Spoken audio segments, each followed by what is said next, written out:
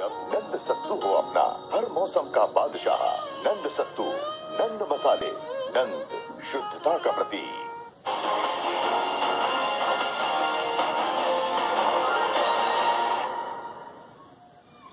मधुबनी के नैन्सी हत्याकांड में अब एक नया मोड़ आ गया है। दिल दहला देने वाली इस वारदात में अब शक नैन्सी के चचेरे भाई पर गहरा रहा है। उधर पुलिस ने नैन्सी के घर वालों से जांच में पूरा सहयोग देने की मांग की है।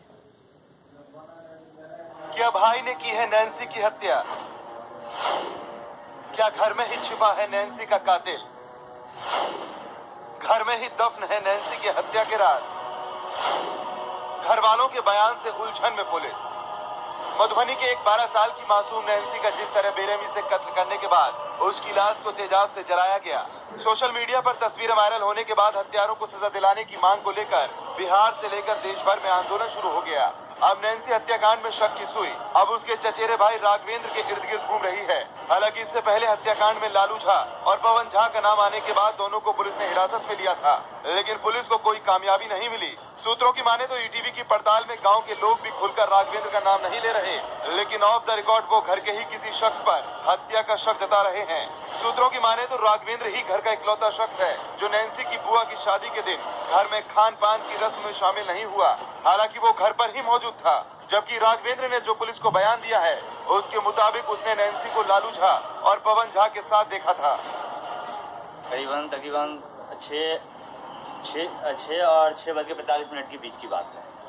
6 और 6:45 के बीच की बात है।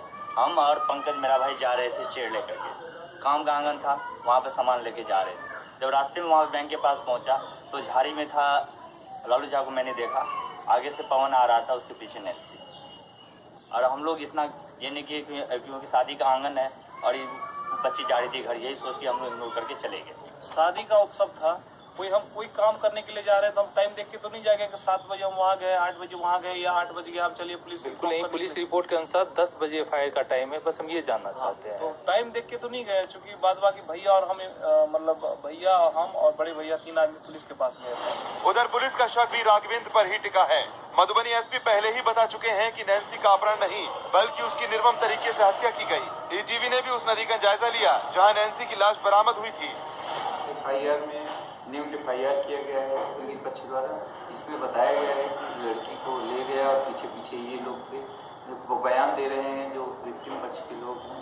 उसके बाद हम लोगों का कहना है कि पूर्व की घटनाएं ऐसी थी 5 साल पहले की, जो जिसकी शादी हो रही थी उसके साथ छेड़खानी हो रही, तो ऐसा एविडेंस सब्सटेंस हम लोगों के पास था कि जेल भेजना जरूरी था।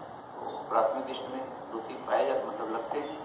आगे जो इनका होगा और चीजें आएंगी। हैरान करने वाली बात यह है कि जब से राघवेंद्र शक के दायरे में आया है वो हर वक्त घर पर ही मौजूद रहता है।